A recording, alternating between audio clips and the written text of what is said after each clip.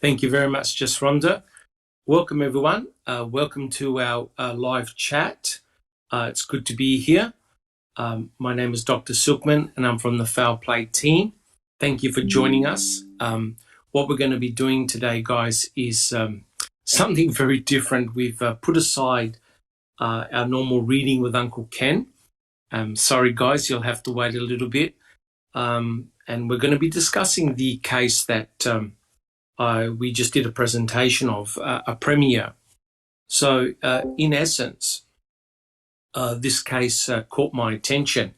Really, just a couple of weeks ago, I had no idea about the Garret Phillips murder that happened in Potsdam in 2011. And I saw the biggest mistake I did was that I saw the documentary and I immediately became very intrigued by it. In fact, more than intrigued, I was actually very shocked, very upset. And it really drew a lot of parallels to the Stephen Avery and Brendan Dassey cases, really, obviously for different reasons. There was nothing involving race per se in the Stephen Avery, Brendan Dassey cases, but there certainly were other elements that caught my attention.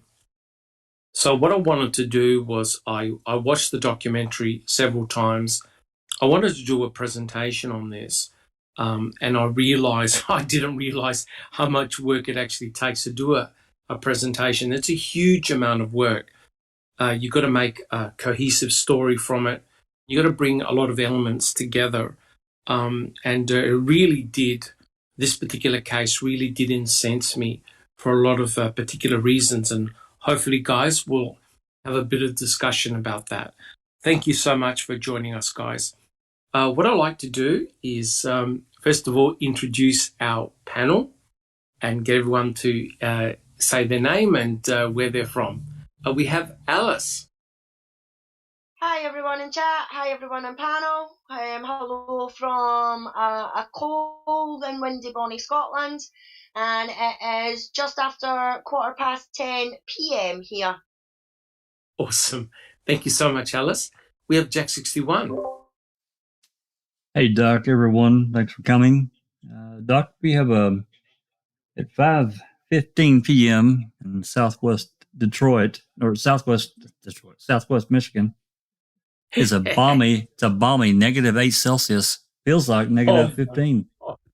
It was snowing, but now it's just cloudy. It stopped snowing. So, okay, that's okay. Anyway. What are you complaining about, Jack 61? Exactly right. Awesome. Thank you, Jack 61. Next, we have Just Rhonda. Thank you, Dr. Silkman. Hello, panel. Hello, everyone in chat. It is 3:15 p.m. in central Utah, and it is very warm. It's 52 degrees, and the sun is very, very high in the sky. So we get an early spring, it looks like, here in Utah. Awesome. Thank you so much, Just Rhonda. And next, we have Sunshine Christina. Hi, everyone. It is 5:15 p.m. and it's like 63 degrees, but the sun hasn't been out all day. And in Florida, that's just not a very beautiful day. So, yeah, I'm complaining. Never. Well, look, guys, welcome. My name is Dr. Silkman, and I'm from Adelaide, South Australia. And oh, crikey, it's 14 degrees Celsius. It's a beautiful day outside. So I hope Sherry Lynn Pontillo gives me a break. Crikey and Struth. All right, guys, let's get serious. Well, really, I like to open up the discussion to the panel. And now, look, I know that this is an extremely controversial case. It's a very emotive case. It really has split America down the middle. There are those that firmly believe in the guilt of Nick Hillary, that he had indeed killed Garret Phillips in his apartment 4D. And there are those that believe that it was somebody else. So I'm going to open it up to the panel. Guys, what did you think overall of the case as you saw it unfolded? Keep in mind that what I've done here is part one. I've really introduced the case and the main players involved in the case. In part two, which I'm still putting together, I'm going to deep dive really into the case itself, the trials. I'm going to have a look at the forensic evidence, basically have a look at everything and hopefully draw some conclusions to this very sad situation. So guys, let's open it up to the panel. And don't forget, guys, if you've got questions, put them in chat. We'll have several mods who'll be checking the chat and the discussion. If you've got any questions, please put them in there. Jack 61, what were your impressions so far? To me, it was automatic. You know, I just, and it's really, I guess, a bit unfair to be too judgmental about what we see as a person acts on TV, but especially if it's just a scene or two. But when you see, for me, when you see one person or several people behave a certain way over the course of clearly days and even weeks, and I'm specifically, this person I'm going to talk about is Mr. Jones. And yeah, to me, he was really transparent. He was clearly seething with anger about this breakup between him and Tandy. Tandy. Yeah, thank you. And he wanted her back, and I think he was. I think a lot of the anger and stuff to me came through on a very underlying, like slow boil level. I could feel it. I think that the cops, Murray is his name, the detective. Yeah, I think that. Yep, I think he, sees, knows about the fellow cop. They fairly all kind of, like I said, you said in the presentation, it was a small area. Kind of everybody knew what was going on with other people. Knew that they'd been boyfriend, girlfriend, and had broke up.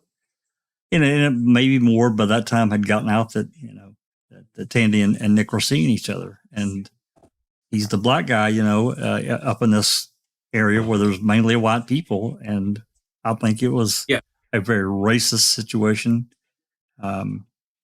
Nick has never, as far as I could find out, he's never broken any laws. He's been a good citizen. He came in and he served in the military. He's done everything right.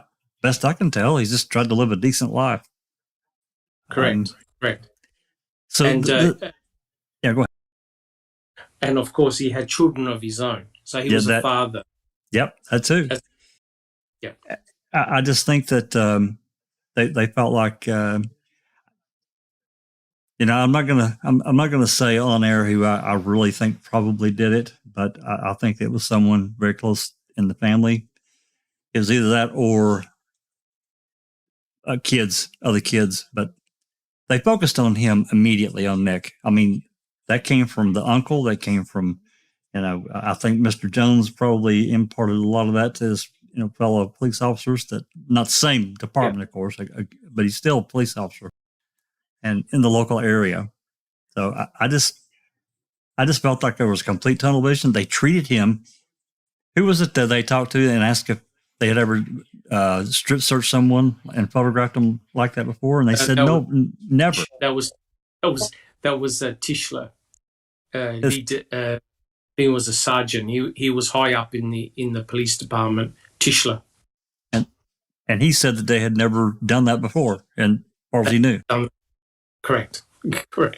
So I think Nick Hillary came up for special treatment, unfortunately, and it was truly shocking. But we'll get more to that in a moment. Jack 61. Yep. Sunshine Christina, do you have a comment?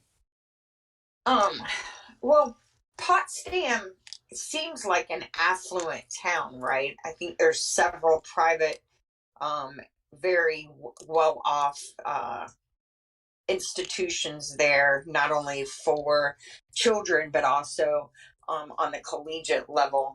And so Nick Hillary on the to work at those institutions would have to be someone who has a pedigree, right? That's so correct, that was correct, correct. When I watched the original documentary, that's what I remember thinking. You know, he wasn't a black guy from the wrong side of the tracks who had run-ins from the law. He was an upstanding member of society, just like everybody else. 100% correct. What I've always been concerned about, and I'm glad Jack's brought it up, is that it was Tandy's uncle who actually said that Nick may be involved, right? Because him and Garrett didn't get along. What evidence was there ever any evidence besides words that there was a issue in their relationship? You mean between Garrett and Nick? Yeah. Well, I mean, the only we hear from Garrett's uncle, right? And Garrett's uncle, Brian Phillips. You see him in the documentary. He's essentially the one with the loudest voice. He's the one that directly points to Nick and says, he says, well, I'm 100% convinced that Nick Hillary had killed Garret Phillips. And they keep on emphasizing one point in particular, and the fact that the two butted heads, they're at loggerheads with each other. And my understanding that Nick Hillary was a disciplinarian. You could obviously tell when you're a soccer coach, when you're a coach of young men, young people, you need discipline, you need order. And unfortunately, when they're all living together in the same household, I'm talking about Tandy, her two boys, Nick Hillary and his daughter, there was a lot of tension, especially between Garrett and Nick. Nick wanted to instruct some type of discipline, but there was no, as far as I'm aware, there were no incidents involving Nick striking Garrett or hitting Garrett or using overtly harsh language to Garrett. It was basically his uncle who was basically saying that both Nick and Garrett didn't get along well together. So he's creating that notion of tension. Now, I don't know about you guys, but if you've had children of your own, especially children of around about 12 years old, sometimes they can go astray, and sometimes you need a bit of discipline. Now, I'm not talking about hitting a child, but you need some form of discipline. Well, apparently Garrett didn't like that, and they believed that the boys could do whatever they want whenever they wanted. Alex. Sorry.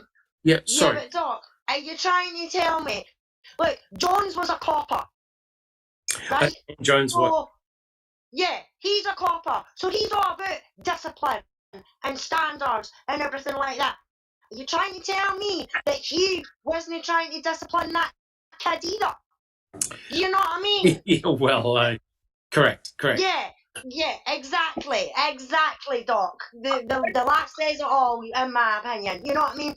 Nick Hillary, so what? He was a disciplined father. He didn't let his kids get away with much. He probably seen that Garrett would take the piss out of Tandy, because it happened to myself. I'm a single mother, and when my son was growing up, there was things I would let him get away with, a certain way of like talking to me, and some of my friends would say to me, "Are you going to let him speak to you like that?" And I'm like, "Why? What's he done?" You know, they thought it was cheeky, even though I didn't think it was cheeky. It could have been something like that he was trying to do. And I guarantee you that Jones tried to do the same thing. To me, this is all it is doing to race, Doc. Even though they haven't played that race card, to me it is down to race. It's an all practically white neighbourhood. Correct. All the people enforcement or authority are white. The ex-boyfriend is a white copper who didn't like the idea that his ex-girlfriend was seeing a black man. And I'm sorry, but that's how I pick it up. And America, all I hear coming out of America is, we are the land of the free. You know what I mean? Are you fuck? You're the land of the free if you're white. If you're an African American or anything else, it is completely fucking different. And I'm sorry for my language, but this case just pisses me off so much, and I'm seeing it everywhere. All this fucking race shit, and it's getting to me now. It really is. And that poor man has lost his career, his job, not necessarily his kids, but he had lost time with his kids because he's having to fight this left, right, and centre. And the poor man is still going through it now. And Jones is sitting on his fat ass and got away with everything. And every other copper that is there, see that Murray? That Murray, I want to take him out the back and I want to kick his head in. I really, really do. He is an arrogant prick. Hey, yes, correct. Yeah, Doc, look, this not. Doc, I'm sorry. Before it gets too far away from us, Peggy had made a couple of comments I wanted to read. Yes. And yes. This was when Christina was talking. She said, everyone knows everyone in this area. And she also said 4 colleges and a small area. The area itself is very rural. Correct. That particular Mostly predominantly white. It's around about 92% white, only around about 2.5% African American. So put it this way: if you're African American, you're going to stand out. You're going to stand out in that particular town. And Peggy is correct. There are 4 universities or 4 campuses, college campuses, which is very unusual for such a small area like Potsdam. And the good thing about having 4 campuses is that you have a whole variety of students. Apparently the population increases by several thousand when the students are there, and it provides a very cosmopolitan type of atmosphere with different types of people there, including African Americans, of course. Just Rhonda, do you have a comment? Oh God, I have so many comments. Where to start? Well, ditto to just literally everything that Alice said, for sure. And you know what I really would like? It would be amazing if we could get Cherie on an open mic or something. I don't recall, on an open mic or something. And I shared with you, Dr. Silkman, several things that she shared with me. But Yes. she also lives right there in the area and works there in that area, and went to school, got her degrees, in those areas. And I don't remember exactly which college. Cherie, you'll have to. Sorry, I think I'm losing my voice.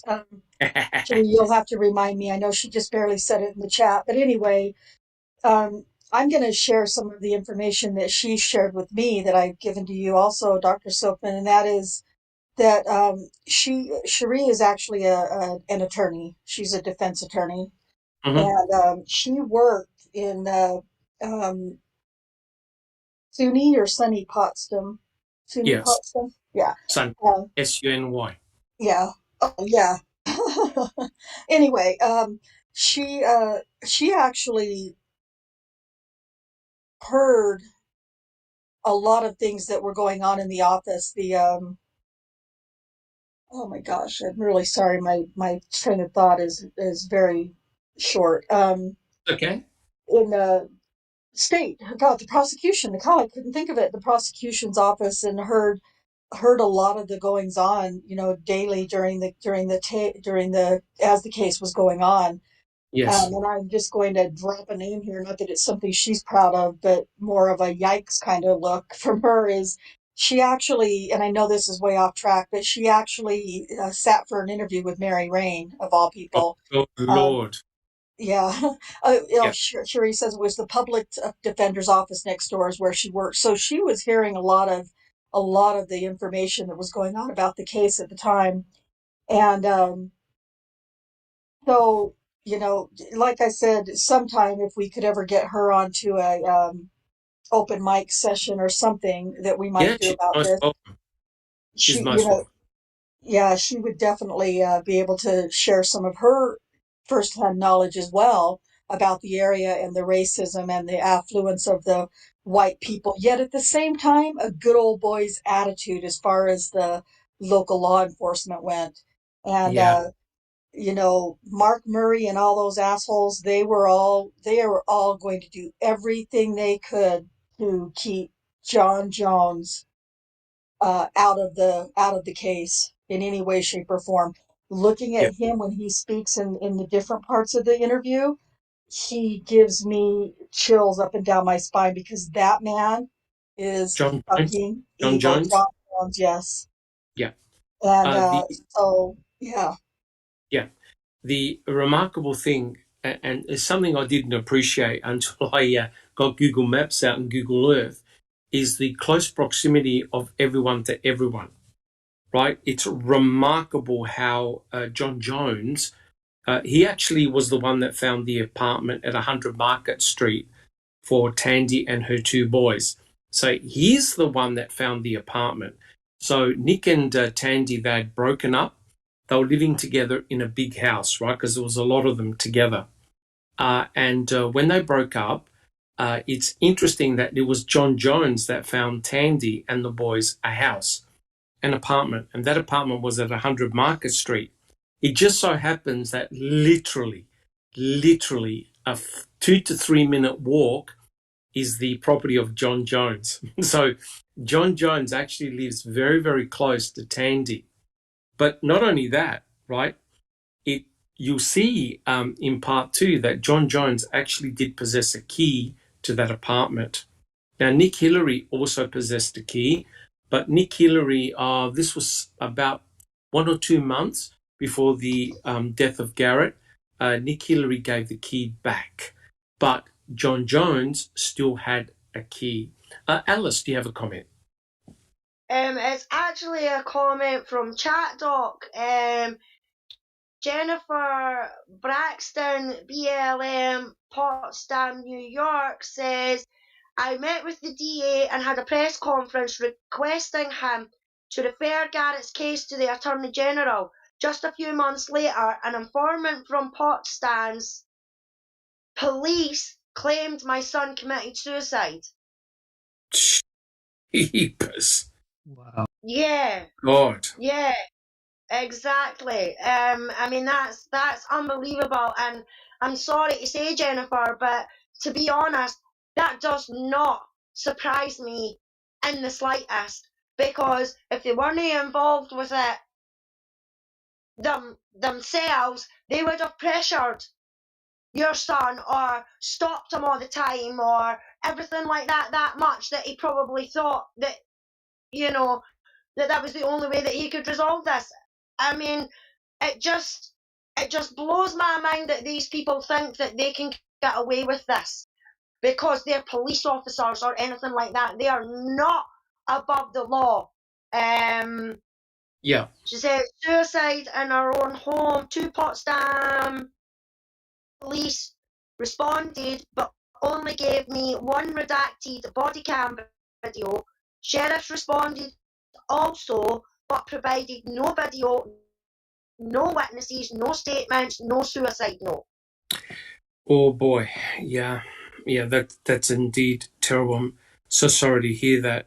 I really am. I think this case for me. I mean, I'm only very new to this case, but it really has piqued my interest.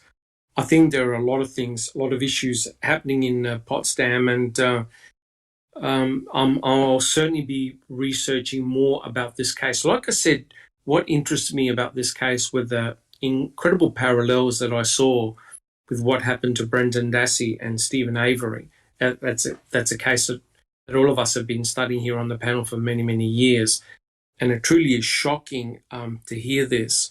And I'm really sorry, Jennifer, to hear of your loss. It's a terrible thing. And of course, Yeah, that's it is shocking, Doc. You know what I mean? Sure but is. the fact that that kind of thing is still happening, and another thing that bugs me the shit out of this case is, why was Tandy's ex-boyfriend, who was a police officer, staying over at her house and still involved like that when they were split up? Because I tell you, if he was my boyfriend and he was going to stay at his ex-girlfriend's house, I think I'd have a problem. You know? Yeah, and we can certainly discuss the issues that we've seen in part one alone. I think it's very disturbing. Jack 61, did you have a comment? Well, yeah, thinking about Jones again, I think he maintained this flame for her. But I'll tell you what, Doc, just thinking about this as well, I would like to see cell phone records between Tandy and Jones over whatever period of time. I really would. Well, what is remarkable, Jack 61 and guys in chat, is that when Tandy was informed that her son Garrett was in hospital, it's rather remarkable that Tandy phoned Jon Jones to meet her at the hospital. Now, remember, this was an ex, right? An ex-boyfriend. Tandy didn't phone Nick Hillary, who, they had recently just split. It's very interesting that Tandy had phoned Jon Jones. Now, maybe because of the close proximity to the hospital. I mean, Jon Jones literally lived down the street from the Potsdam hospital. He was very, very close. But Nick Hillary was probably about 2 to 3 minutes away by car as well. It's interesting that Tandy phoned Jon Jones. But the other incredible thing, of course, is that Jon Jones had his own girlfriend at the time. Jon Jones phoned his girlfriend and said, "I'm staying with Tandy," right? So you could see when the interview took place in the office, sitting right next to Tandy was Jon Jones, and Jon Jones was holding her hand. But furthermore, Jon Jones was also listening to what the detectives were talking about, their strategy. So therefore, potentially, you had a suspect sitting in the office of the police officers while they were taking down notes and while they were talking about the case. Just Rhonda, do you have a comment? Yes, thank you. I think, I don't know if I've heard or seen discussion about this like in depth, but I think that we need to turn ourselves to the thought, idea, belief that Jon Jones is not just a jilted ex-boyfriend, jilted lover, cast aside. This man is a domestically violent man, and his jealousy and his anger and his sadness and whatever you want to call it about not about Tandy having broken up with him over another man who happens to be black. It's not just about, not that those aren't bad enough, but it's not just about those things. It's about his mental state of mind. He is a violent domestic abuser. And we need, you can tell that, you can see that, you can hear that but him sitting in that video in the police department, reaching and holding her hand. To me, that is a signal of an abuser. And even though they're not together anymore in that sense, he's still letting her know, I'm here, don't say the wrong things. That's 100% correct. And to make matters worse, guys, another ex-boyfriend, I just found this out, another ex-boyfriend of Tandy was also sitting next to her in the police department. So she was surrounded by two ex-boyfriends. I remember one of the little boys is Aaron Collins. This was from another husband. They had split. Well, he was sitting in the interview room as well. So Tandy Cyrus was actually surrounded by two ex-boyfriends talking to Murray and also Snell. And it strikes me as rather odd that if you're trying to, find the facts of the case, that you would have. Now, I understand the situation is tragic. The loss of a child will be devastating. So to have other potential suspects in there as well at the same time is just simply unbelievable. It reminds me of the Stephen Avery and Brendan Dassey cases in which Ryan Hilligus and Scott Blowdorn were spoken to together, and they were never seriously investigated as being potential suspects in the murder of Teresa Halbach. When I saw that video of Murray and Snell talking to Tandy, and the mere factor that Jones and her other ex-boyfriend were in the same room, that struck me as rather odd. Alice, do you have a comment? Yeah, it's actually another comment from Jennifer from the chat. Yes. She says, Jones should have never been at the scene of my son because I've been calling him out since 2019 when I started a petition for Garrett. Yeah, and Peggy Dudrick says, Jones is living his best life today. Yeah, I completely agree with both of those statements. But that's what you get when it's a small town police community. They all stick together and they've all got to put their noses in. And it doesn't surprise me that he involved himself in the investigative process because I've seen it happen. I've seen it happen here with a case that happened in the UK.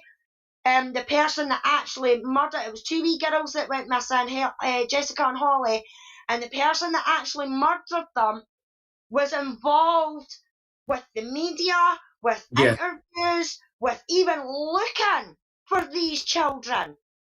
And saying, I hope they come back, I hope they're found soon, and everything like that. And when I watched that with Jon Jones, that's what jumped into my head. I'm like, you are another one that they need to be involved every single minute so that they can keep track, and if it's pointing to them in any way whatsoever, they can point it in a different direction. And poor Mr. Hillary was the one that they pointed it at, and it is disgusting, and it's disgusting that it's still happening today. It certainly is, very much so. But like I said, if you would do it, this reminded me very much of Ryan Hilligus, how he got himself immediately involved in the investigation, in the search party, etc., etc. Jon Jones was actually, now, guys, I'm not saying that Jon Jones murdered Garret Phillips. I'm not saying that. What I'm saying that is if you're doing a proper investigation, you have to treat everybody as a suspect. And remember what Snell and Murray said to Nick Hillary. They said, everyone's a suspect in this town. Well, it didn't appear to be, right? And hence, that's why I could see investigative bias coming straight in, and as well as tunnel vision. Jack 61. And I know we try to leave as much emotion out of looking at, just the facts as we can. Was anyone else besides me, and I say this because of what Rhonda was talking about a minute ago, when they were in that interview room and Jones was literally reaching across to her lap to hold her hand. Not necessarily that she was, if a man and a woman are holding hands, it's generally kind of a 50-50 side by side. He was reaching across to her, holding her hand. He also put behind her back as well. Yep, that too. And to me, it was all an aggressive posture towards her. That's how I took it. Yeah, it was Jack 61. It was certainly very worrisome. Put it that way. It's something that, but you see, again, we have the same situation whereby Jon Jones is given a free pass because he's actually law enforcement. And it's very interesting that Murray, and I'm sure that most of the other guys in the police department, they were good friends with Jon Jones. They went back many, many years. Murray and Jon Jones actually played sport together. Jon Jones, I believe, played hockey. I'm not sure whether he played soccer. I think he played hockey. So they had a long-standing, long-term relationship going back many, many years. Just Rhonda, do you have a comment? Sorry, Just, yes, I just yeah. wanted to I just kind of wanted to reiterate what Jack said and what I had said earlier, that I see, that's what I see in that video of the police interview in the office. The only thing that my mind and my eyes were drawn to was how, even though it appears to be loving and caring and, I'm here for you, to me, it was Control. a man who is a violent man who has. Let's not forget that Tandy filed a report Yeah, against Jon Jones, she did. fearing for her safety of her and her children.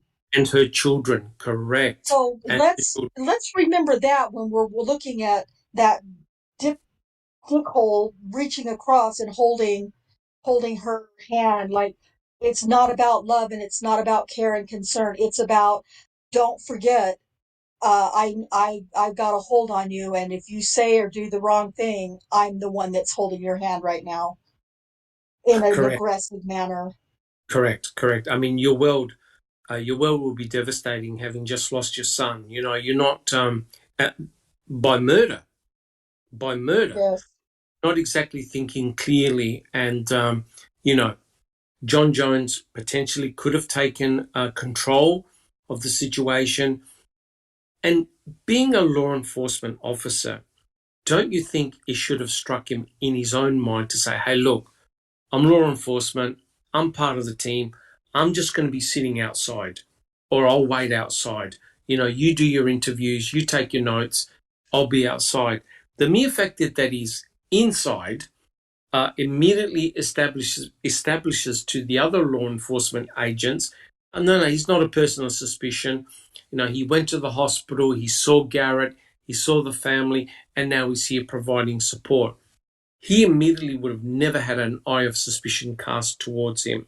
Alice, do you have a comment? I'd just like to agree with what Rhonda and that was saying. To me, him being in there is a control factor. So, because if they were going to ask her questions about anybody, is there anybody that you think might have been angry at the Wayne or shouted at the Wayne or anything like that? You know what I mean? He was there to make sure she didn't put him in the picture. And that is the way I picked up on it. It was all about control. Keep your mouth shut and keep me out here. That's what that was about to me. And that was when they thought that they could get away with putting it on Nick. Yeah, well, I'll tell you what, Alice, and I'll get you in a second, Sunshine Christina. Imagine the relief on Jon Jones when Tandy wrote, I can't think of any other person who'd want to hurt Garrett, right? And remember, in the same statement, she's talking about Nick being a disciplinarian, the fact that Nick was blaming Garrett, etc., etc. And of course, if you've got Jon Jones sitting there listening to all of this, that would be a great relief to him, as much as I hate to say it. Sunshine Christina, do you have a comment? I just want to, I think that I'm going to be a adversary on this. All right, let me clarify this, because I do not think Nick Hillary killed Garret Phillips. I do not think that at all. But I don't think that I don't think Jones did either. But I thought there was video evidence that showed it would have been impossible for him to do this. For Jon Jones? Yeah. Yeah. As as fate so have it, the last person to be seen, well, actually, there are two video images. And we'll talk about this really in part 2 when I talk about the forensic evidence. But as fate would have it, there is video footage showing association between Nick and Garrett. There's also a video showing an associate, in other words, close proximity of Jon Jones and Nick together. So what applied? The basic point is this: what applied to Nick also applied to Jones. Now, I'll say right now, it would have been very, very difficult for either Nick or Jon Jones to have committed this murder. But I don't believe either of them did. What I'm trying to highlight here, and I think this is very important, is the differential treatment between Nick Hillary, who was African American, and Jon Jones, who was white. Now, I'm not calling the racist card here, but every piece of evidence that you throw at Nick Hillary can also apply to Jon Jones. Exactly. Yeah, let's make sure that we are clear about Jon Jones. Jon Jones was white and he was a cop, right? Correct. If he hadn't been a police officer, he wouldn't have gotten this deferential treatment, I don't think, whether he was black, white, or Spanish. You mean if Nick was law enforcement? No. Well, no. If Nick would have been Jon Jones, like Nick Hillary was an officer and Jon Jones was the coach, right? Yes. Then Nick Hillary, that version of Nick Hillary would have gotten deferential treatment. Not because he was black, but because he was an officer. I just want to make sure, because it doesn't have anything to do with being white. It has to do with being a cop. Right? I think being a fellow police officer gave Jones a lot of free passes. I mean, the mere fact that he's sitting in the room with Tandy, this is a murder investigation. That goes to show how much they let go. It's very interesting because they interviewed Murray, and they said, and he even said, if I was to do this again, I would have done it differently, implying he knew that Jon Jones should not have been sitting in the same office. Jack 61, do you have a comment? Just to point out, let's think about this for a second. When they forced Nick to during the strip search, let's reverse role and reverse race every person in that room, and tell me how quickly or how that would have played out with the public. Let's just say that Nick was white and everyone else in there was black, and he was treated that way. How would that work out? I'm telling you right now, there would have been outrage, absolute outrage, sunshine. Well, I was just going to say, but if they were all cops, they still would have done it. You know what I mean? They still would have tried to get away with it because they think they're above the law.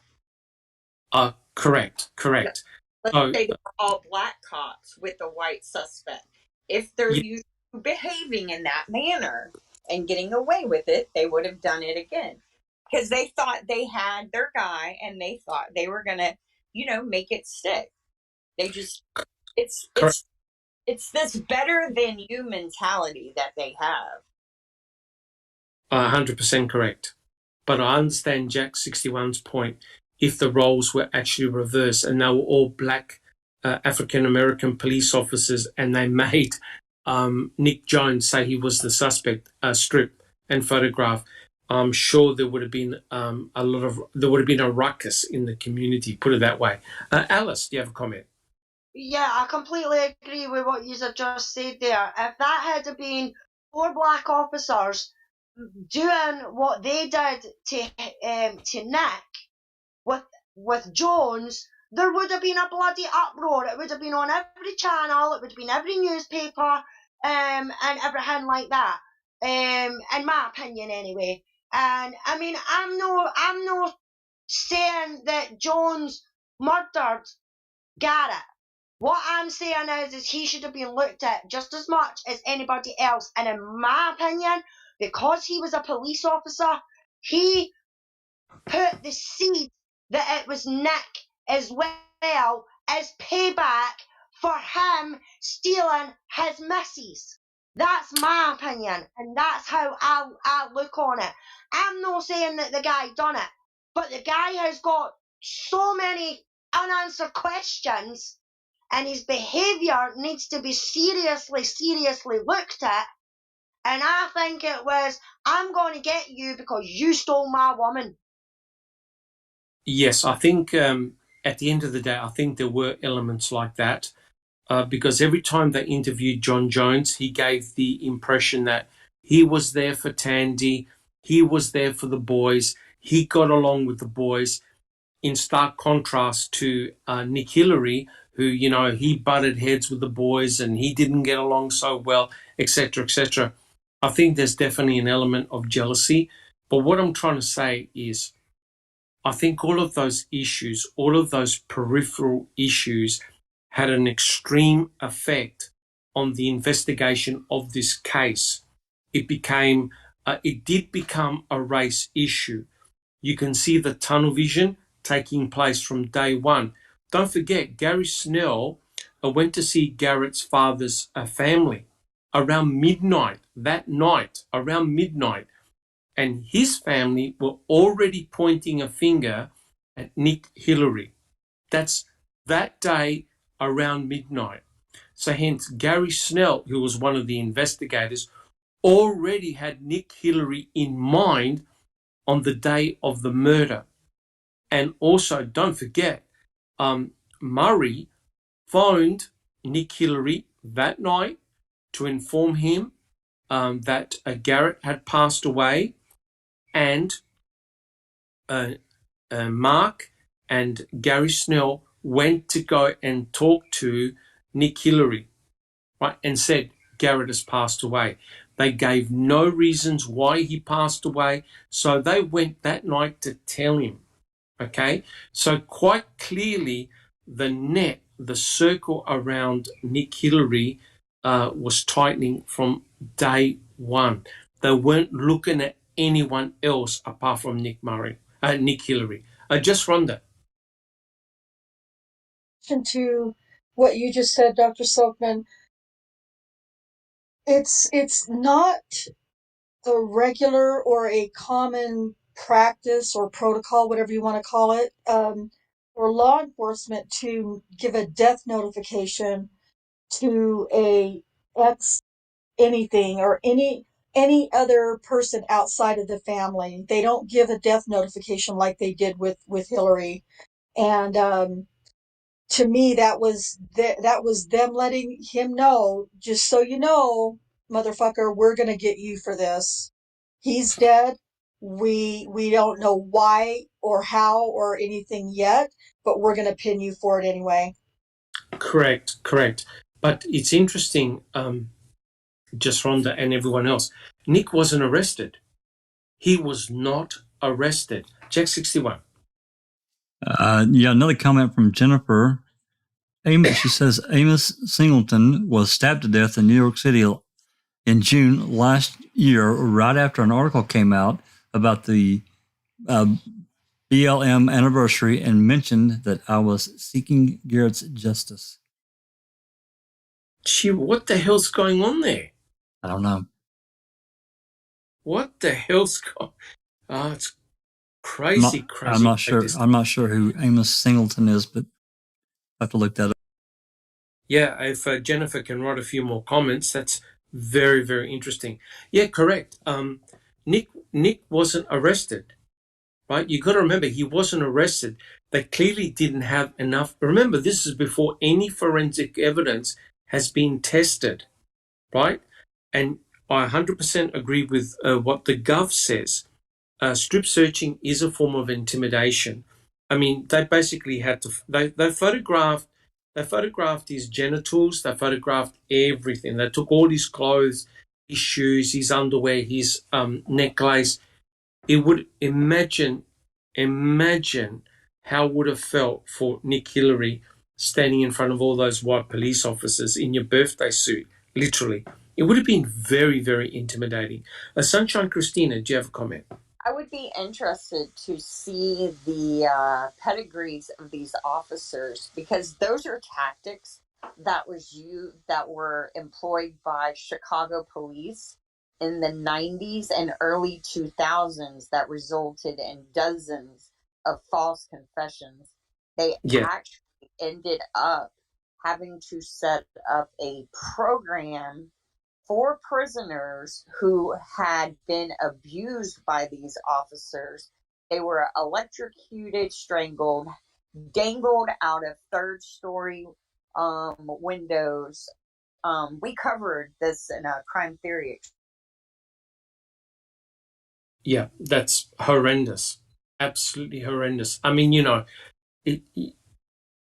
Nick wasn't physically touched, but you can understand the psychological damage. Imagine, your pride disappearing, and all these officers have seen you naked, and somehow you have to get your normal life back in check and go back to work, and teach your students and coach soccer. Your whole life is upside down. If they went that far that they got a search warrant, stripped him, photographed him from head to toe, inside that you're in deep, deep trouble. Just Rhonda, do you have a comment? Yes. Nick Hillary was stripped of his pride and his dignity in that office. Yes. Being strip searched like that, completely nude. And two things that we're probably going to get to anyway, but I'll say the simplest part first. Jon Jones was also searched. However, he was allowed to just show his hands, and he was allowed to sit down and pull up the pant legs of his pants. Correct. To show that he didn't have any injuries. And so he wasn't strip searched, which leads to my second thing that is probably, I am willing to say right now, the most infuriating part about this whole thing is that, oh my God, it just left my head. Geez, I'm such a wreck these days. No, that's okay. That's okay. I'll have to remember. I mean, it is like the biggest thing that really, really bothers me with the case complete the whole case altogether. For whatever reason, it's popped out of my head, so I'll come back to it later. But it has to do with strip searching and I know what it was. I was incensed beyond belief. The most outrageous thing in this whole case was when when the reporter from the one news channel sat down with Murray and asked him, mentioned, well, but you strip searched Nick Hillary, like you photographed him completely nude. And Murray and she said, did you photograph anybody else in the nude? And he said, yeah. Well, who else did you photograph in the nude? Garret Phillips was nude. Oh my God! I wanted to just kill the man. I wanted to kill the man. Thank you, just Rhonda. Yeah, look, as soon as, because I've got that, I did a little snippet which I put up, uploaded on YouTube, on that very, very same point. When I heard that comment from Murray, I thought, how in the hell are you equating a photographer taking pictures of a dead boy as part of the process of an autopsy and comparing it and justifying why you would strip an African American completely naked and photograph his genitals and literally take everything from him, put him in a hazmat suit, and then allow him to walk with no car keys, nothing. The mere fact that Murray was able to associate both of those things in the same sentence is probably one of the most disgraceful things I've ever heard a professional police investigator say. How in the hell can you... In other words, he was showing disgust to the interviewer. Well, how dare you question me photographing Nick Hillary nude? Well, of course, Paul Garret Phillips, he was photographed naked as well. completely boggles the mind. Jack 61, do you have a comment? I think he knew how wrong he was by doing what they did. And he tried to, he is exactly what you said. He's trying to, like, say, well, Garrett was photographed nude, which had nothing to do with that situation. It's completely different. It was so ridiculous. 100% correct. Alice, do you have a comment? Yeah, I mean, Peggy says in the chat that the strip searched both Hillary and Jones. No, they didn't. They didn't strip search Jones. Jones was allowed to keep his trousers on. He was allowed to keep his shirt on. He was allowed to keep clothing on. Hillary was stripped butt naked in his birthday suit. Completely in his birthday suit. You know what I mean? That's not keeping your trousers on and taking your socks and shoes off and rolling up your sleeves to show your hands and your arms and opening your shirt to show your neck and everything like that. That's not strip search. That's a search. That's not strip search. They didn't humiliate Jones the way they tried to humiliate Hillary. Plain, straight and simple. Correct. There was complete opposites in those searches. Hillary was strip searched. Jones was only searched. And Rasta Saint 7 in chat says, take away race and love triangle. Very simple. Look at the family. Yeah. Well, I think the family are in an awkward position anyway, because they being a small town like that and a rural town like that, and everybody knows everybody through what we've been seeing in chat, then the family aren't going to go up against the police force. Whether they think Jones had something to do with it, knows somebody that had something to do with it, or anything like that. This is my opinion. So the family are in a tricky situation. If Tandy wants to turn around and say, well, I don't think Nick done it, what's that going to do for her? She's going to get harassed by police. She's going to get stalked by police. So is the family. You know what I mean? Yeah. In my opinion. Yeah. Just because of how rural and everybody knows everybody. Yeah. You know what I mean? So for them to actually be able to come forward, I think that's only going to take for the family to be well away from that area, move away completely, where they know that they can't be harassed and chased and what's the right word I'm looking for? And everything like that, you know what I mean? And I think that's what the problem is, Doc. I think it is because they still stay there. So they can't exactly turn around and open their mouth and say, oh, well, I think Jon Jones had something to do with it. You know what I mean? Because they would get hounded. They would get hounded to hell. You would, and this is the awful situation that Tandy faced herself in. She could have chosen to be neutral and said, look, I don't believe Nick or Jones had anything to do with this. But she clearly sided with the law enforcement. She took, and I hate to say the word because it's wrong, she took the easier approach. Because if she actually stood up for Nick in an all-white community, could you imagine what would have happened to Tandy? It would have been horrendous for her personally. Sunshine Christina, do you have a comment? Did they have a warrant for the search of Nick's body, or did they do that without one? Isn't that one of the... No, what they did was very, very clever. Now, remember, Murray had suspicions about an injury on Nick.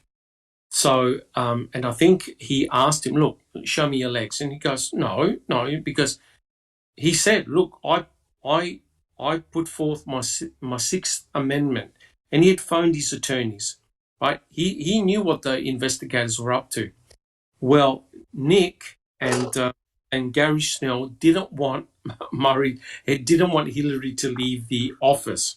So Snell blocked the door, right? He actually physically blocked the door. And Nick knew that if he had touched Gary, that would have been it. They would have arrested him. Obstruction of justice, you name it. In the meantime, Sunshine, what they did was, I think it was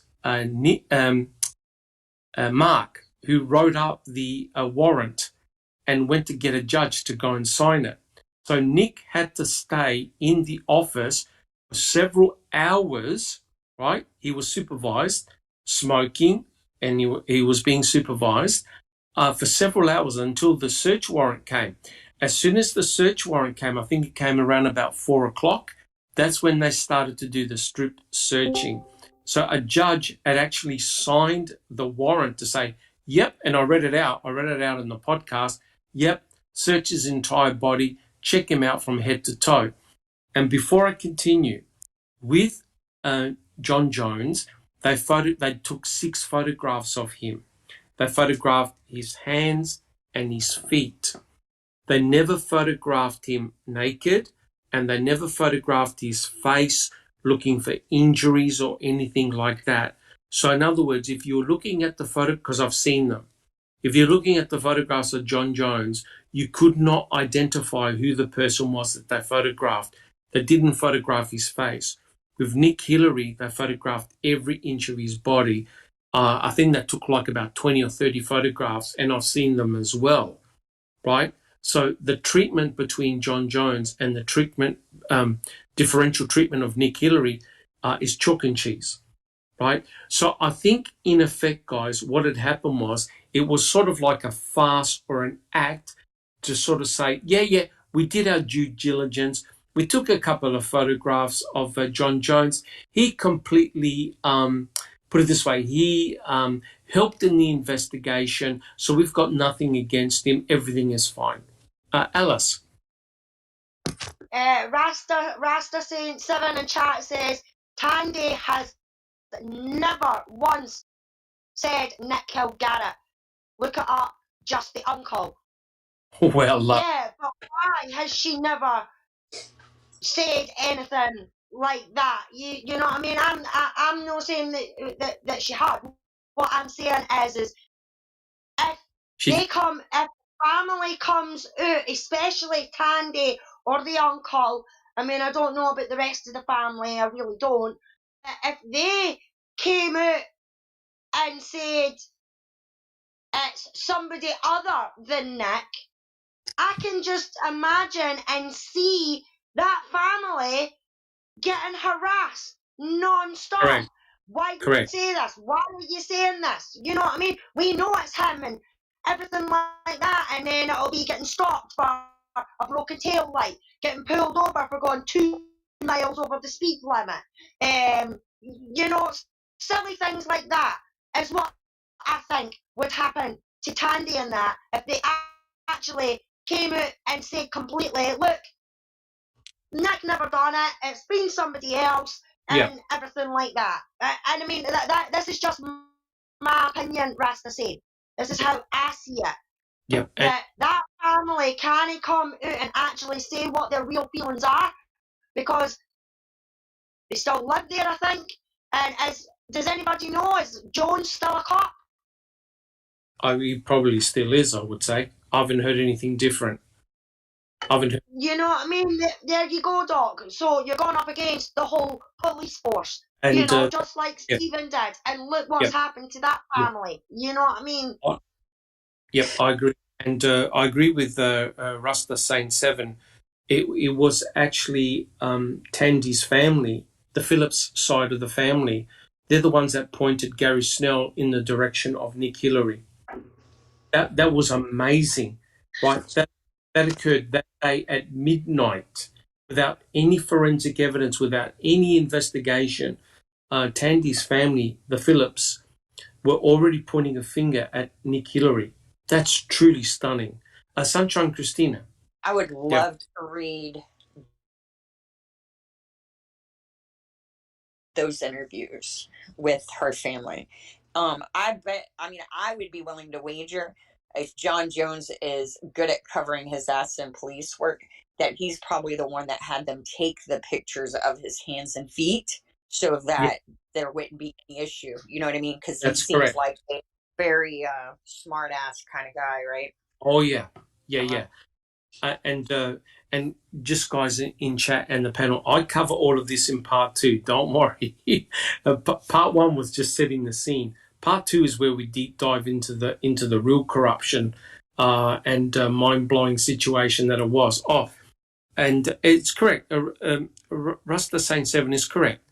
Tandy and Nick, they went away together on holidays. According to Rasta Saint, they went to Jamaica.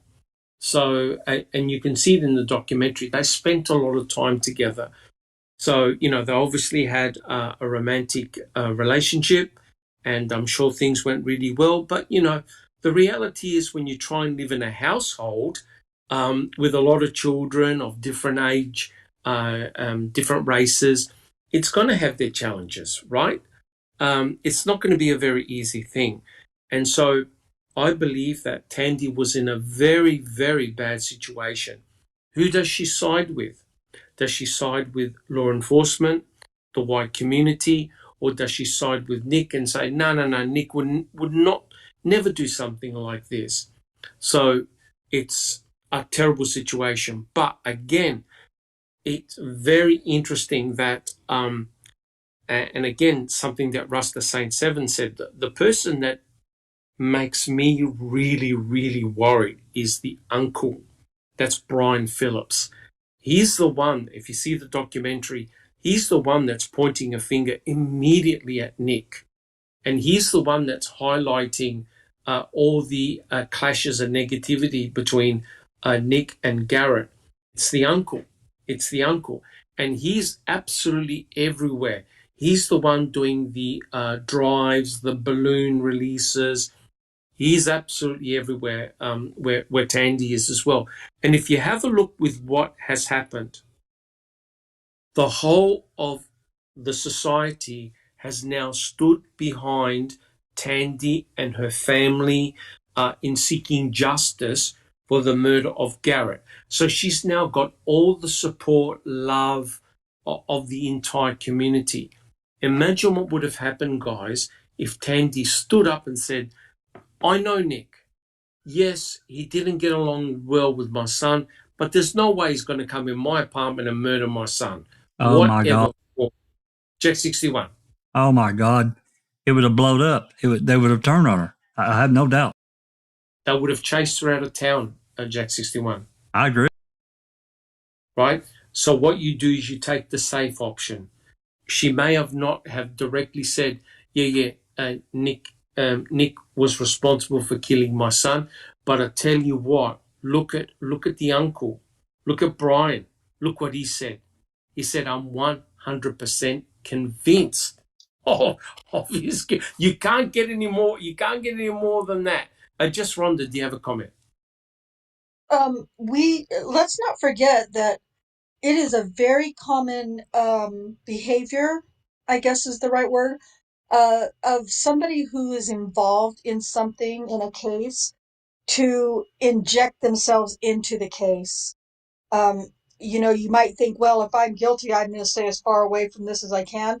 But when you have the mindset of somebody like Brian Phillips, what I believe is his mindset, he's injecting himself into the case, not only to keep, so that he knows what's going on at all times, but because it looks like, hey, I'm trying to get justice for my nephew, and this is what I have to do it. I'm going to have to stay in this case. But I just think it's different. I think he's injecting himself into the case for reasons. Correct. And as we'll cover, this is going to blow your mind. As we'll cover in part 2, guess who saw Nick Hillary around the apartment? Nick Hillary was in his car, as we'll see, but guess who saw him in his vehicle before the murder took place? Have a guess. Jones. No. Or the uncle. The uncle, Brian Phillips, saw Nick Hillary in his vehicle near the area. And guess what? What does that make Brian Phillips also close to? That's right. Tandy's apartment. Exactly right. Exactly right. So, Rasta Saint made a couple of comments. So it started with Phillips. Phillips stopped looking for killer when Hillary acquitted, ? Why? they know something we don't. Next comment, it's not Jones, not directly. That's why he is willing to give DNA. Uncle has not. Wow, isn't that interesting? Now, yeah, we'll talk we'll talk more about that in part 2. Don't worry. But I want to ask a question. To the panel. How did the killer get into the apartment in the first place? Anyone got any suggestions? Jack 61. Garrett let him in. Garrett let him in. Yep. Exactly. Well, Garrett knew his killer. Garrett knew his killer. Okay. Because my understanding is that there was no signs of forced entry. So to get in, as far as I'm aware, because remember the couple who were fixing up the car tire, they were behind the apartment. At no stage did they actually see anyone loitering, although there was evidence that there was one particular guy with a long blonde hair and a hoodie who was loitering around the apartments at some stage. But the couple never saw anyone actually go into the building. The couple, Marissa and Sean, who were living next door, they didn't hear anyone come into the building and open up a door, right? So no one visually saw anyone enter into the apartment. So there's two ways. Either someone had a key and let them in, had a key and went in and was hiding in the apartment, or sadly, Garrett let the person in. Alice, do you have a... Yeah, just another couple of comments, Doc. One is from Jennifer. She says, yes, he is the only one that came after me for seeking justice for Garrett. I think she's meaning the uncle. Tandy thanked me. So, and then Rasta Saint 7 says, take away race, the culprit will always point at the patsy. Uncle stopped everything after acquittal. Why? Because it was the uncle that started the justice for Garrett. It wasn't the cops that did it. It was the uncle that started the justice for Garrett. Yeah. I mean, you've got to be careful about pointing the finger at anyone, of course. But yeah, we will definitely discuss everything in part 2 about potential motives and the forensic evidence. But Ruster is correct. There was no sign of forced entry. So that means that either the person had a key or Garrett let them in. Now, Garrett will only let in people that he trusted. Garrett is not going to let Nick Hillary in. Imagine Nick Hillary showing up on the front doorstep. Garrett would have either booted him out or yelled or screamed or something. But the mere fact that the next door neighbors, Marissa, heard some running and then a thump and then a cry for "oh" or help meant that he was attacked pretty quick. So, either someone was waiting for him inside and Garrett just happened to stumble upon the scene, or the the killer attacked Garrett as he let him in. And both are very disturbing. Jack 61. I'm just curious if I think there was a little bit of talking in the documentary about Garrett had some problem with some of his schoolmates. Correct. I'm just throwing it out there. Is there anything Correct. that leads to maybe some friends didn't get along with him, came over and they had something went a little sideways and yes, Garrett got hurt? Jack 61, they were the rumors that started off immediately that Garrett was actually bashed up by a group of boys and they panicked. But you see, what is disturbing here is that the next door neighbors didn't hear any voices. They didn't hear anyone talking or fighting or arguing. Whatever happened really, really quick. But it's interesting that the detective, Mark Murray, cut off any speculation that Garrett was attacked very, very quickly, right? Because we cut off those leads immediately. So the focus of attention was on Nick Hillary from day one. There was no talk about the fact that a couple of Garrett's associates or friends in inverted commas had attacked him. Jack 61. Kelly's got a couple of comments that she's made in the chat. She says it's a hard one because Tandy may have been convinced by law enforcement that Nick was responsible. Tandy could stand up and say, I don't believe Nick would hurt my son, but look how many women go with men who they would never think that would sexually abuse or hurt their child, but do. You really don't know anyone. Yeah, correct. 100%. Yeah, I mean, I'm trying to work this out from first principles, right? You have the two guys that were outside, underneath the window, and they had a really good view of the back area. They didn't recall anyone coming in that area there. And that, remember, what's disturbing is that they had left around about 5:20. Now, if you're an African American male, you would have been spotted. You would have been spotted pretty clearly in that area. Absolutely. Correct, Jack 61? You would have stood out.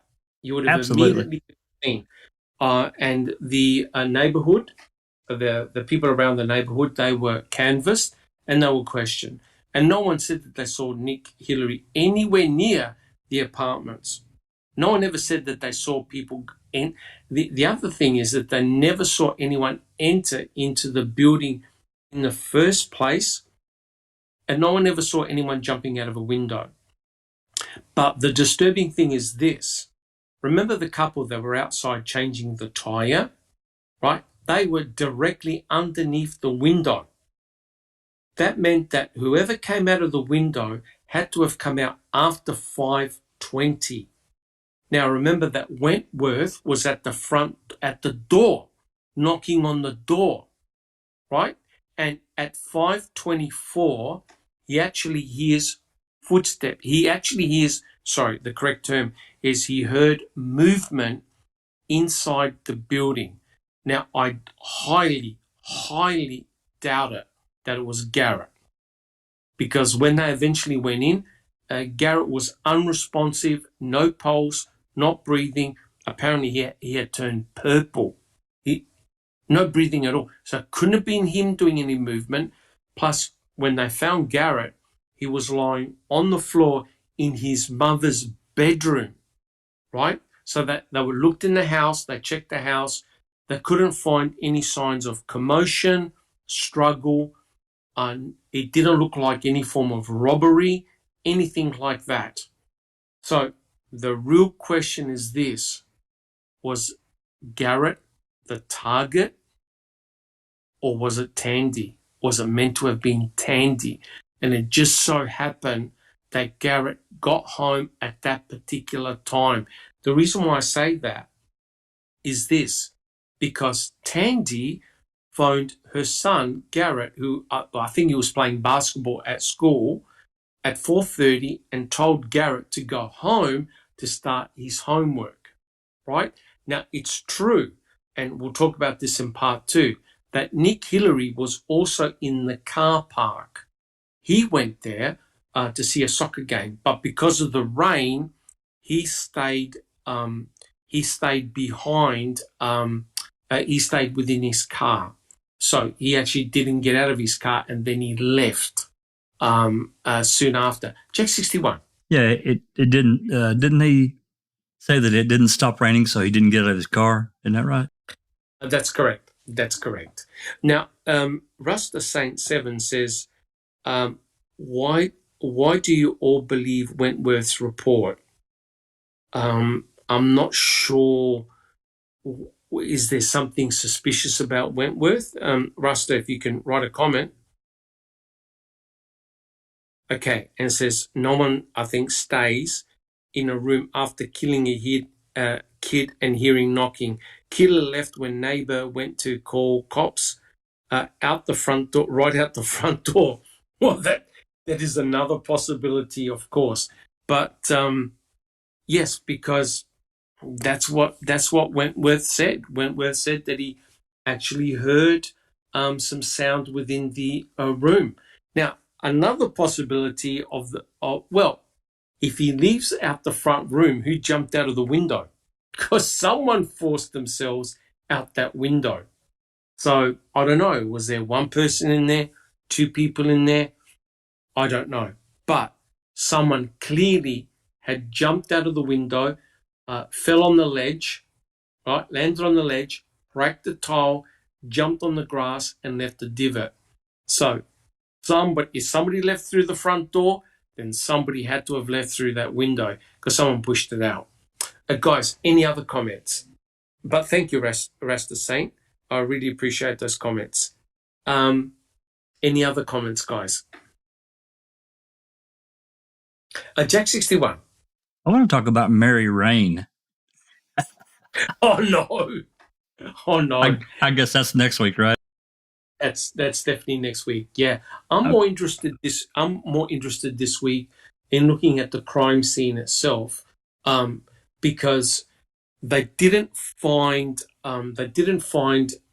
like the motive of this individual being robbery, because they didn't find things thrown or strewn all over the place. But what was interesting was that they did find Tandy's bra on the floor. And there was sort of like some comments about whether they were playing some type of game called chokehold or choke out or something like that. But I'm not sure whether there was any evidence at all. So there was no evidence of motive being a robbery, but clearly someone had choked and strangled Garret Phillips to death. The evidence tends to suggest that whoever left via the window. They pushed the screen out, the blinds were pushed out, there was a cracked tile on the roof, and there was a mark on the grass. But, and we'll talk about this next week, but apparently they also called in a dog, canines.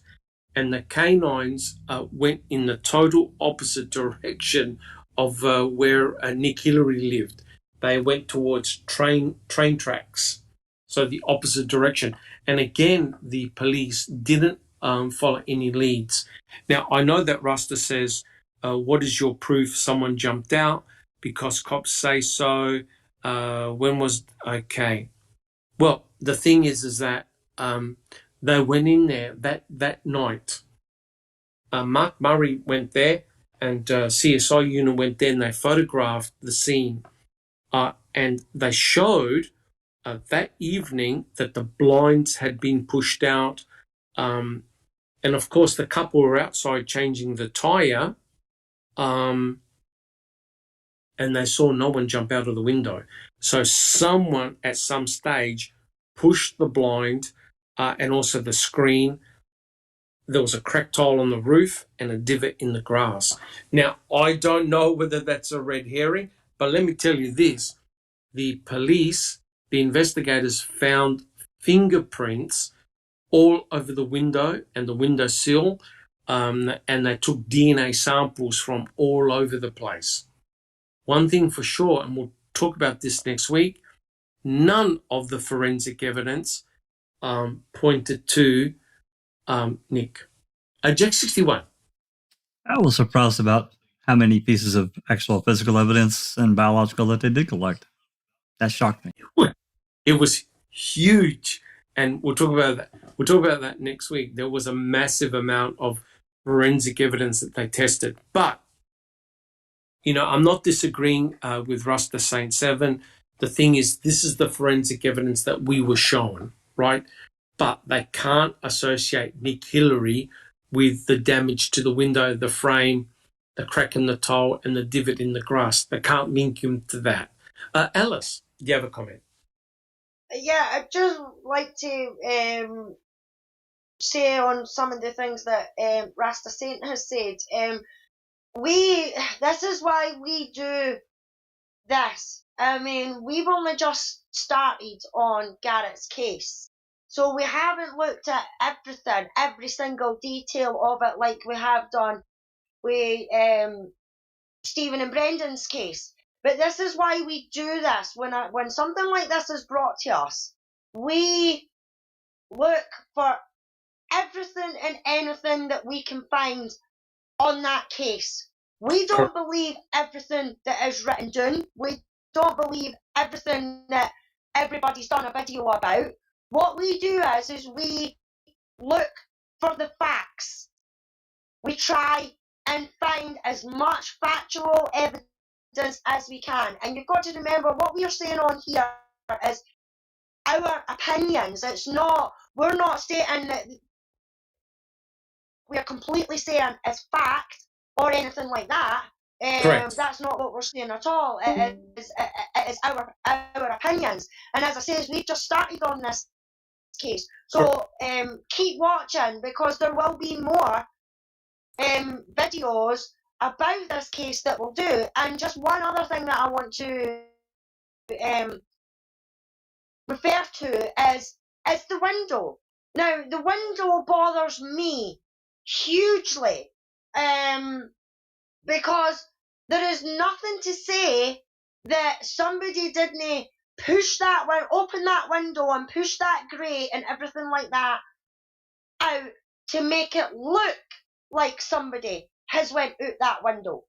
Do you know what I mean? The fact is that we don't know if anybody went out that window. There is a huge possibility that somebody, to distract or put the cops off looking for certain things or certain evidence or anything like that, there's a possibility that window could have been opened to the inside. It could have been pushed out to the inside to make it look like somebody has went out that window, and they could have went right out the front door and down and out without anybody seeing them. That is a point as well. You know what I mean? Correct.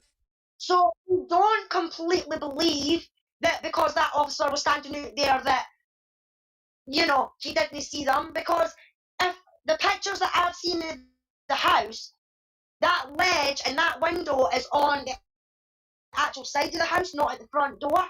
And if that is the proper case, then in my opinion, if that police officer was standing at the front door, then yeah, there's a possibility that somebody could have came out that window, jumped onto that ledge, draped down off the edge of that ledge so that they were quiet enough not to make a thump, because I've done it myself as a kid, draping off of something like that, as high up as that, and going down and going the complete opposite direction to where that police was standing. You know, so there is loads of possibilities about that window, but we're only going on what we've got so far. Correct. What we got so far is that somebody has went out that window. You know, it's not to say that that's fact, but that's the information that we have at the moment. Correct. So we will work on that. We will be digging into this case. We will be looking for anything and everything that we can possibly do. And Rasta Saint, Peggy, Jennifer, when we do an open mic, we would love for you to come on our open mic. Absolutely. When we do a segment on Garrett, which no doubt we probably will, we would love you to come on and give your opinions and give your information, especially with you living around the local area, and Jennifer, yourself being involved with that sort of police force and everything like that. We would love to get your perspectives on that. So please, happily join the Discord. The links have been dropped and everything like that, and we would happily love to have you on here. We definitely would. And I think I'll shut up now, Doc, because I can go on for hours and hours and hours and hours. Thank you, Alice. What we want to do, guys, is we want to generate discourse. We want to generate chat. We certainly do not know the answers or the answers or any of the answers to this case. I'm only new to this case. I've only spent a few weeks on this case, but as you can tell, all of us at Foul Play, we take our cases very, very seriously, and I devoted a lot of personal time putting this together, and I'm also doing part 2. Not because we know all the answers, but guys, we're here to promote discourse and exchange of information. And I live in Adelaide, South Australia. I'm a long, long way away from Potsdam. People that live in the area, they've got a much better understanding of the heartbeat of actually what took place and transpired. Like I said yesterday when I was looking at Google Maps and Google Earth, I was actually shocked at the proximity of all the main players in this case. They all lived very, very close to one another. Sunshine Christina, do you have a comment? Yeah, it's definitely a village versus a country spread out setting like we have in Stephen and Brendan's case, right? They're very concentrated. They're very concentrated. That's correct. Potsdam. I just wanted to say that's the beauty of the foul play community. Making a murderer brought us all together, but we all have cases in addition to Stephen and Brendan's. For me personally, we've taken what we have learned from researching Stephen and Brendan's case, and we've now applied it to other cases. And because we're a community, we have so many different perspectives and gifts, and all together, it's a great team. Correct. And I think the important thing is to start a discussion and get ideas and get people's thoughts because, you have to, what I try to do, and you'll see especially in part 2, I try to go beyond the documentary. The documentary is good. In actual fact, it's very, very good. But like Making a Murderer, you only get a little bit of the picture. You don't get the full picture. You really have to go behind the scenes. And I'm in the process of reading the depositions. And, oh boy, especially of Murray's. And it's amazing what comes out of those depositions. But one thing which I find very frustrating is a lack of primary material. I'm not sure whether the court case or the court documents have been released yet. I can't find them online. I've been very fortunate that I found some of the depositions in the civil suit case, but I can't find much anywhere else. So I could only try my very best. As you know, with other cases that we've studied, like Stephen and Brendan's, there's a huge amount of material out there, and Foul Play's uploading several hundred phone calls at the moment. So we're getting a lot of information coming from those particular cases. From here, there's really a lack of information that I see, which is very frustrating. But hopefully, we can do several podcasts in the future. And if you're from the area, from Potsdam, and you want to join the podcast or you've got some comments, please do. It's we have open mics where Jack 61 runs them, and you present what you've got. It's a very friendly, cordial environment, and we're all really learning. So what I'm going to do is hopefully next week we'll do part 2, which we deep dive more into the forensic evidence. And Jack 61, that's where we meet our good friend Rain, who is very much a female version of Ken Kratz. Jack 61, do you have a quick comment? Well, you said her name, and I just my radar went off. I'm sorry, Doc. I just don't like her. I'm sorry. I really don't like that woman at all. Yes. Awesome. Alice, do you have a comment? Peggy's asking, can you share the case number? If not, I can look myself. I think the case number, just thinking off the top of my head, I think it's actually on one of the civil suit depositions, but I have to double check that. I don't know it offhand, but I'll see if I could find that out for sure. All right then. So we've got the issue now of how a particular person got into the property. We're not 100% sure on how that person left the property. Now, let's face it, even if there was a crack on the tile, that could have been from any number of events. That could have happened before. The kids could have been mucking around. Somebody else could have done it. We really don't know when that event took place. But I'm just presenting the crime scene photos, what we know. Is there any proof that somebody came out of that window? There's no proof because nobody saw or heard anything. Although the girl who was standing outside, Shannon, she said that she heard screen ripping, right? So it's very interesting that somebody had tried ripping that screen. So if someone was in the act of ripping that screen, potentially maybe they thought that that was a way to escape from the apartment, or maybe they left another way. That I'm not 100% sure.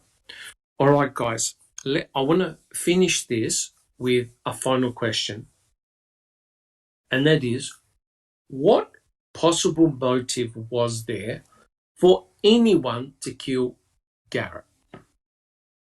What motive can you see? Anybody who would like that? Who would like to answer? Jack 61. Honestly, Doc, I don't know that we have one. I really don't. Do you see a motive, a potential motive for Nick Hillary to kill Garrett? Absolutely not. And why do you think that? I just think that just based on what we've heard, that there was a relatively amicable split between Tandy and Nick. Despite maybe there being a few arguments between him and Garrett. He's just trying to set boundaries for the kid, probably. It's what it sounds like. There was nothing physical. I just don't see, I just don't understand what could have been gained. I just didn't see that kind of anger or anything from Nick that would tell me, yeah, this he's kind of crazy and he might have done that to get back at her. I just don't see it. I'm sorry, I don't. Yep. That's a very good point. Thank you, Jack 61. Alice, what about motive? No, I haven't seen, and I've seen the documentary a couple of times now, and I cannot see any motive for, especially Nick, to kill Garrett. I mean, so what? He was a cheeky little shit. What when at 10-year-old isn't he a cheeky little shit? Especially if the mum's got a new boyfriend or anything like that. They try and push their luck. They'll try and push their limits. You know what I mean? And he was a father, so he understood that. You know what I mean? I see no motive at all. But Kelly has made a very good point. She says, imagine it was Garrett trying to get out in fear from being attacked. He was trying to get out the window. Yep. He could have kicked the window. Yeah. Damn good point. Yep. Yeah, exactly, Jax. That's exactly what I've just posted. Good point, Keely. That is a fantastic point. It could have been that Wayne that was trying to escape to whoever was trying to hurt him, and he opened that window and he kicked that screen and everything out like that, but just wasn't quick enough, and the person attacked him, grabbed him, pulled him back, flung him to the floor, and that's why they strangled him. You know what I mean? Because strangulation is involved, and strangulation is quite a personal sort of thing in my eyes. You know what I mean? So that is a huge possibility that Wayne could have been trying to escape out that window to get away from his attacker. Yep, that's a possibility because Shannon did hear a screen ripping, but never saw anyone come out of that window. So that is a possibility. But just one point, guys. that window that's kicked out, that appears to have been kicked out, that's not in the mother's bedroom. That is in a third bedroom, a different bedroom. What the coroner found was that Garrett had rug burns on his legs, which potentially could have meant that he was being dragged while being choked, right? That is a possibility. So maybe the attack chased him and prevented him from leaping out of the window. That is a possibility, I agree. Jack 61. Yeah, let me get back over to it. Ross has got a good question. How did Tandy know Garrett was not home? Well, that was very interesting because according to Tandy, she had phoned him and he was at school and told him to go home to do his homework. And that's when we see Garrett captured on the video footage of the school from the video cameras. So he was actually videotaped leaving the school. And according to Tandy, it was his mother, Tandy, that phoned Garrett to go home and do homework, which is rather ironical because that sounds like a disciplinary action. Son, go home and start your homework, right? Jack 61. Yeah, but how did she know he was there and not at home already? Did she call home? That I don't know. She rang his mobile phone. That's what Tandy said to the detective, Murray. So I do not know. That's from what we know, what we've seen in the documentary. But yeah, it could well be. Does anyone else have any comment as to motive? Anyone's got a motive? Just Rhonda, do you have a comment? Oh, Sunshine Christina.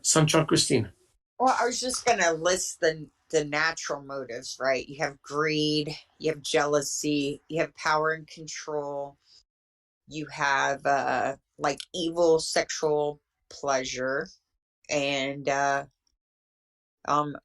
about it really for when you're dealing with a kid. So, I mean, I just don't see how any of those fit Nick Hillary with what we know. So, I think that he came home to maybe someone trying to burglarize his mom's house, and the cops just got steered in the wrong direction and just latched onto it. Is probably The only problem I have with the robbery is the time of the day. It was still relatively daylight, and it's an apartment complex. If you scoping out the place, surely you would have noticed the couple that were outside changing a tire, right? And the apartments there, Sunshine Christina, are fairly open. Everyone's close. So you're taking... Yeah, sorry. Someone that knew the family and knew and thought nobody was going to be there, knew that the door wasn't always locked because, two boys in the house, the doors just don't always get locked like they're supposed to. They may have thought they could get in and out. Yeah. Nobody noticed. Yeah. Very, very interesting. Very, very interesting. All right, guys. Does anyone have any other comments? We've been going some time now, and the discussion has been excellent. Any additional comments? Just Rhonda. I just so you're aware, Cherie has gone to the county court there that would what's the word, the area this case would have taken place, and she's got some FOIA request forms. So she's going to start writing some FOIA requests for, I'm particularly interested in the autopsy report, and depositions and things like that. So, I mean, unless there are things you already have, Dr. Silkman, or things that you would like, I know that Cherie's planning on working on those. Yeah, I'll look anything. I'm very interested, as we all are, in the primary case material. So anything from uh, transcripts, witness statements, all first day stuff. I'm really, really interested in that. And as you know, our foul play, we've done so much of it, and it's just unbelievable.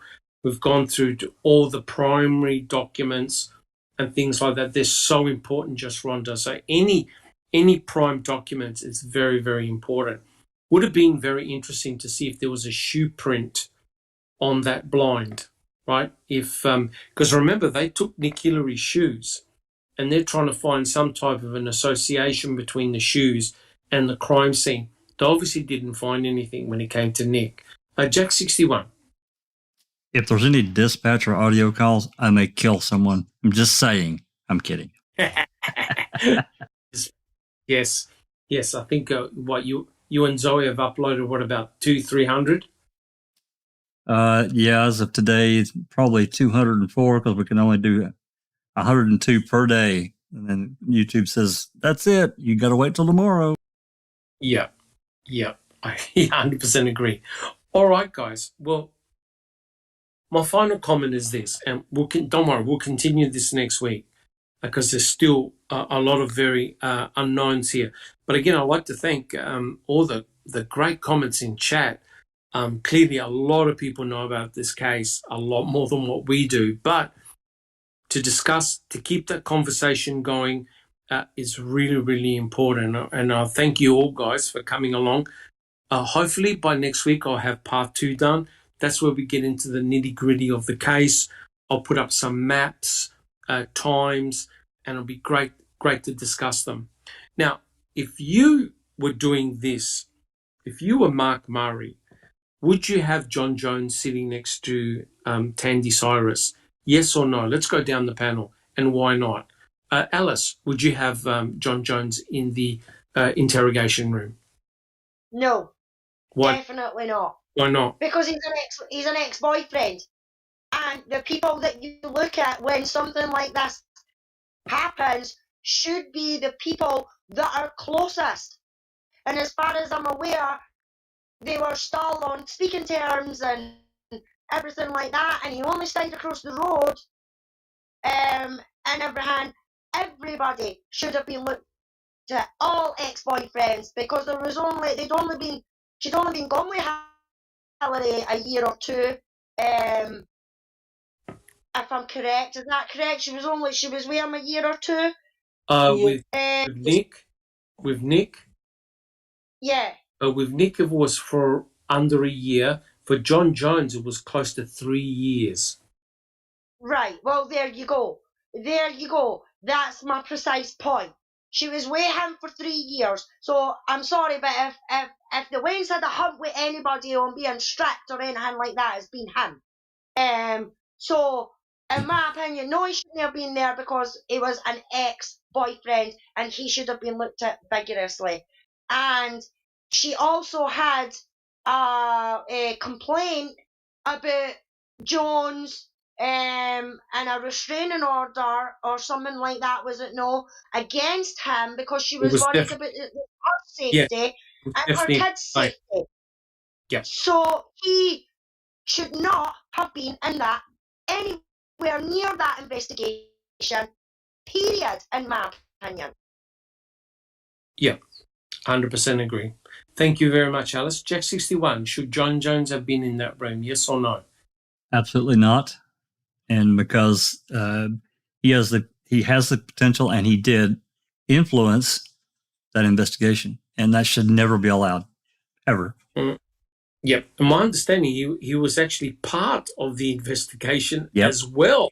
That's right. Which was rather mind-blowing when you think about it. Just Rhonda, Jon Jones, should he be in there? Yes or no? No. And I just want to, even though Garret Phillips was the one who was murdered, he's the victim in this case, you still have to do a victimology. And Tandy Collins, or whatever her last name was, his mother, is a part of his victimology. Yes. as is her ex-boyfriends, including Jon Jones and Nick Hillary and whoever else she had seen. Just like with Ryan Hilligus and Scott Blodorn and all of Yes. that stuff. You have to do a victimology on the victim, which is You do. Garret Phillips. You do. Tandy is a part of that victimology and her circle of whatever, because when we're talking about victimology, I think sometimes we tend to think of the victimology as in relation to adults, and Garret is not an adult, but he still has a circle of people in his life, and relationships. And Tandy, being his mother, is the next big link to his victimology. And I think whatever she's doing or saying is a part of it. And anybody who is possibly a part of her circle, which we know Yeah. Jon Jones still was, has to also be considered a part of that victimology. And you cannot have another person, I don't care if it's Jon Jones or Mary frickin' Poppins, no Yeah. one else involved in her life, in her victimology circle, should be allowed to have been in that room. Yeah. I agree. No matter how devastating the situation was, I know that a mother needs support, but jeepers, when you've got an ex-boyfriend there who also happens to be law enforcement and who also happens to live in the vicinity of the crime scene, that's a big no-no. Neverly, are you there? Yes, I'm Oh, here. okay. Hello. Do you have a comment? Yeah, regarding Jon Jones being there with Tandy, actually, he said that they made a condition of her talking to the police of being together. He Right. mentioned something like that. So there's that control that he's trying to establish from the get-go. And of course, it was just very, very inappropriate on many levels, in my opinion. But were you surprised that Tandy Cyrus actually phones Jon Jones that evening to go to the hospital? Yes, How I did was that come surprised. about? I don't know, because they didn't have a very calm relationship. I mean, he threw her and the boys out along with their belongings. He That's sued correct. her in small claims, and she wrote a complaint against him. So why Correct. did she call him? I don't know. But Tandy has she's like a serial dater. She goes from one relationship to another in a Yes, small town she with did. two boys. You know what I mean? That's like, I don't know. Not that I'm judging, but it could be Correct. perceived a little bit Correct. differently. Correct. Yeah. Thank you very much, Neville. Cool. If I could just make the comment, Russ the Saint 7 said in chat, we find motive when we look at Garret Phillips' life, not Tandy's. That's very scary. That's very, very scary. Because if you have a look at the documentary, some of the reporters had mentioned that Garret was hanging around teenagers and they were getting in all sorts of trouble. So you don't know what may have transpired. And Neville, do you have another comment? Yeah, and as much as I really did not take in liking that Jon Jones at all, I don't think he was involved directly at first. No, Like, I no. don't believe that Nick Hillary was involved either. And then they said that the cadaver dogs or scent dogs that were brought over there, the canines, they Yes, followed the scent from the apartment building to the railroad. to where the So railroad. yes. So to Correct. me, that indicated that there was maybe somebody else, and that it could have Yeah, been yeah, just something went wrong really badly yeah. It did. unintentional. It did. It did. Absolutely. Absolutely. All right. So, Sunshine Christina, do you have a comment about potential? Or should have Jones been in that interview room? Yes or no? No, well, I don't know. You said that Tandy called him, right? Correct. Tandy Called phone. and asked him to come with her to the sheriff's department. And also to the hospital. And To also hospital. Tandy was interviewed the day after, not Okay. that night, the day after. So, and she was never considered a suspect. Not to my knowledge. So, do I think it's proper? No. But do I think that it's something that she wanted? I mean, yeah. I think probably she thought he's an officer. He's going to make sure that as painful as this process is, it will help. It will be easier than having to do it alone. She seems like a woman who has depended on men a lot in life. And I'm not judging. I'm just saying, she just seems like someone who has to have a man with her to help her do things. So, and that may be from being, from trauma in her childhood and having an unhealthy relationship with men. But I don't think it was the right thing to do, but I don't think, I think I understand out of all the things that they did wrong in this case, that one bothers me the least. Okay. Interesting. Thank you, Sunshine Christina. Just Rhonda, do you have a comment? Oh, I have a question. Have you been able to get any proof of Tandy actually calling Jon Jones? I mean, do we know other than them saying that or him saying that was actually the case? Whether they've checked phone records, I do not know. No, but that was mentioned several times in the documentary because Jon Jones actually showed up at the hospital, I think at 6:08. So the family went down to the hospital and Tandy Cyrus calls Jon Jones at 6:08 p.m. So I dare say that they would have phone records. And that's something that Jon Jones said. And the other thing was that Jon Jones then phones up his current girlfriend, and says, I'm staying with Tandy throughout this process. So lo and behold, he drops everything and he goes with Tandy. Not only to the hospital, but also to the interview room. Jack 61.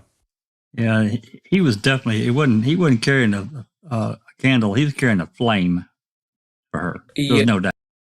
Yeah. I still think there's a lot of attraction there, but I don't know the situation. Sunshine Christina, do you have a comment? I would like to see phone records from everyone for 6 months prior. Like if we have a wish list, because you establish whether they maintained a friendship or not, right? That's why I said earlier. That's what I'd love to see, the phone contact between those two, going back. Yeah, because I think it's likely that they may have maintained a friendship once they worked out the hurt over being slighted for another man, especially another Black man. It seems like they were still in contact, which is odd, but it happens. Yeah. Well, put it this way. If Tandy's phoning up Jon Jones, then Jon Jones is clearly not a suspect in her mind, right? And so despite the bad blood and the bad history involving Jon Jones, Tandy, and Nick, she still phoned him. So, but you're right. One thing you want to do, and I'm sure the police have done it, is subpoena phone records of all of them, every one of them, to see, who's talking to who and when. I remember they took Nick Hillary's phone from him, right? They ordered him to shut off his phone and they confiscated it from him in the police station. So clearly they would have looked at phone records. My understanding is that they're going to do a document dump soon because Nick Hillary has got an active civil suit going on. Hopefully we'll get all the documents and we'll certainly, if we can grab them, we'll put them on our Foul Play website for sure. Jack 61. Yeah, isn't it? To me, it was really, really bad form for them to have done that with him and his phone speaking, and he wasn't arrested. No, he wasn't arrested. You're correct. But yeah, clearly they didn't want him potentially to record any further conversations. They were desperate to see if he had spoken to anyone, and yeah, it was on for young and old. That is for sure. But remember, at the end of the day, he wasn't arrested, right? Nick Hillary was released, and he went home with his attorney, I think, in a hazmat suit. So that would have been very, very difficult for him. All right, guys, are there any final comments? Because what I like to do is I want to continue doing part 2. Hopefully next week we'll do the same type of thing. We'll do a premiere, and then we'll have a discussion afterwards. I think now quite a few people have seen the presentation. They know about it. And we've got Jennifer, and we've got Rusta, Peggy, who obviously know a lot about the case, and any further comments will be fantastic. And like I said, you're cordially invited to come and join us. I think Jack 61 may have an open mic at some stage where we invite guests, invite people to talk about this further. Like I said, we're very new to the case. I'm very glad that I decided to look into it and deep dive into it. It's truly quite shocking what happened. And I'm sure that this is far from finished. Absolutely far from finished. Jack 61. Yeah, Doc, just to add to what you're talking about there, I think we should do an open mic, maybe at some point after you do part 2. And if there's anything further that, from that aspect that can be added, but just to throw it out right now, anyone that has information they want shared, contact us either in comments, below this video once it processes. And if you have something you want shared, we're glad to do it if possible. And then, as Doc said, in the open mic, it is an open format. If somebody wants to come on and talk about their experiences and so forth surrounding this case, we'd love to have you. We just try to be civil and try to keep everything on an even keel as best we can. So we'd love to hear from you. Yeah, fantastic. And of course, guys, we can only comment with the information that we have. So we're not privileged to have all the nitty-gritty. I've read some of the documentation regarding the DNA testing, but there really isn't that much out there, unfortunately. I would love to get all the forensic testing that was done, the results and things like that. But yeah, if you know anything or you have any information that you're willing to share, please contact Foul Play. Put the link in the comments, and we'll follow it up for sure. All right, guys. Well, look, I want to thank everyone. Thank you so much for watching the presentation. It was a real joy to do. I've learned a hell of a lot, and it's great that we've opened up discussion on a new case, a very emotive case. Clearly, the crime hasn't been solved yet. It's still an open case. So hopefully next week I'll have part 2 done, and we'll continue our discussion then. So thank you everyone in chat for coming along with your great comments. I'd like to thank my entire panel for coming along with their sharing their wisdom. And don't worry, guys, in a couple of weeks' time, we'll be back with Reading with Uncle Ken. But I'm going to get everyone in chat to say goodbye and tell us how they're coming along. Alice, how about yourself?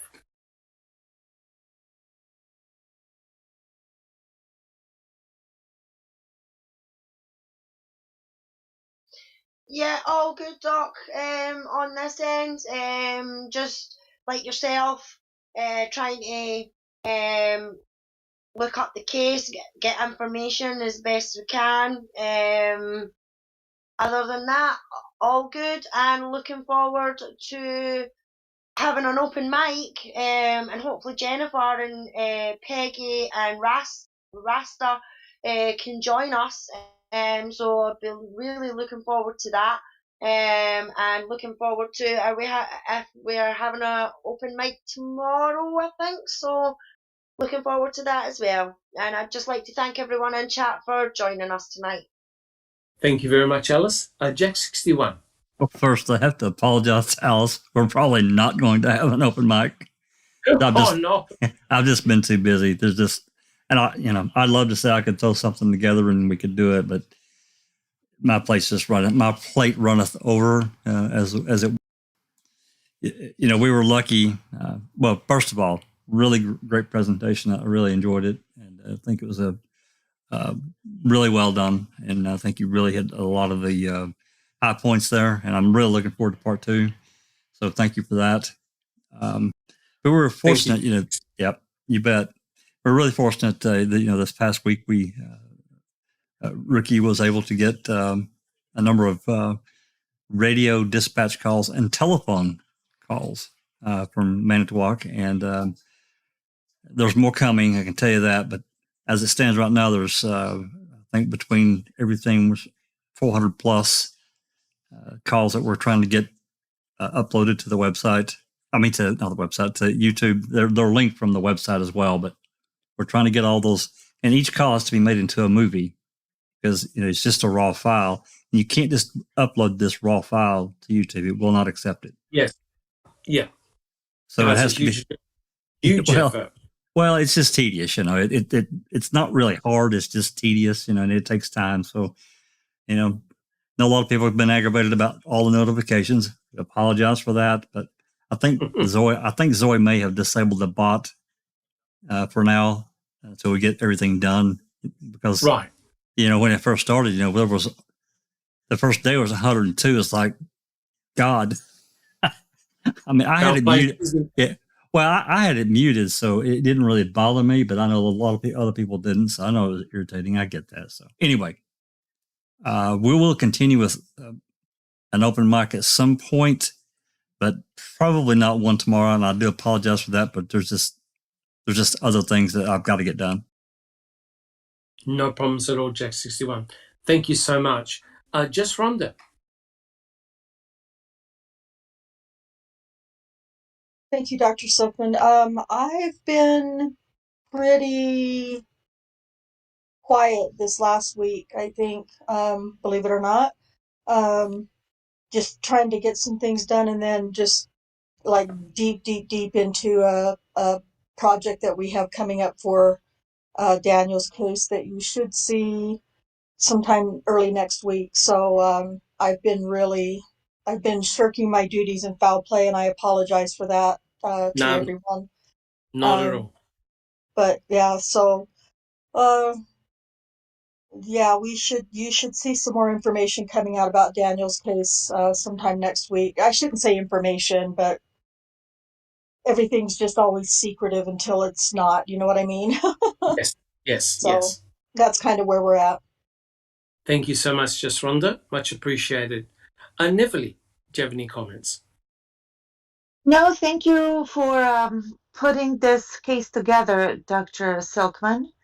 This is a very sad and divisive case, as we've seen, and I cannot wait for part 2 when the law kicks in, Oh, yeah. Yeah. That's and a lot of fun, for sure. Yeah, and I think that it's going to resemble more and more some other cases or other case that we have been working on for the last, let's say, 6 years. Yep, for sure. Yeah. Thank you very much. Thank you very much, Neverly. Sunshine Christina. First, I want to announce that, open mic Crime Theory Exchange is going to take this Wednesday off. We'll be back on March 2nd. My cup runneth over as well, and I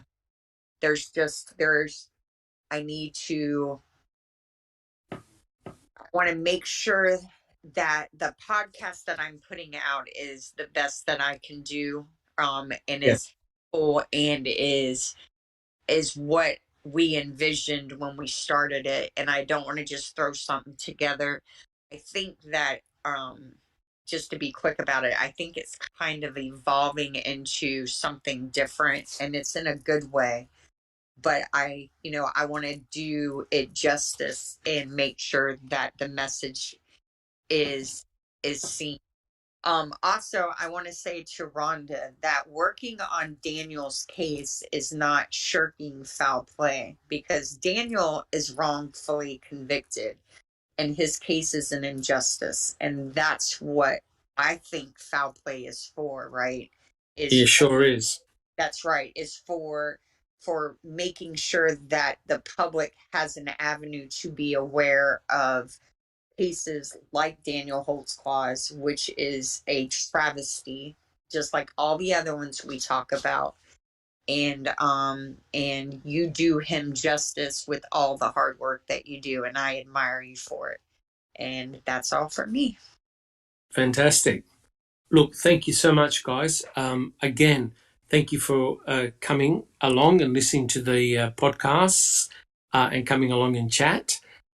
If you like what we do, please hit the like button and subscribe to our channel. And also don't forget that you can, there are some subscriber options which you can donate to Foul Play. I can assure you that any income we make, it goes to FOIA and purchasing documents, which we then put into the library for you guys to peruse and read and do your own research. Again, guys, thank you so much. And we'll all catch you next week. Take care, guys. This has been a Foul Play production.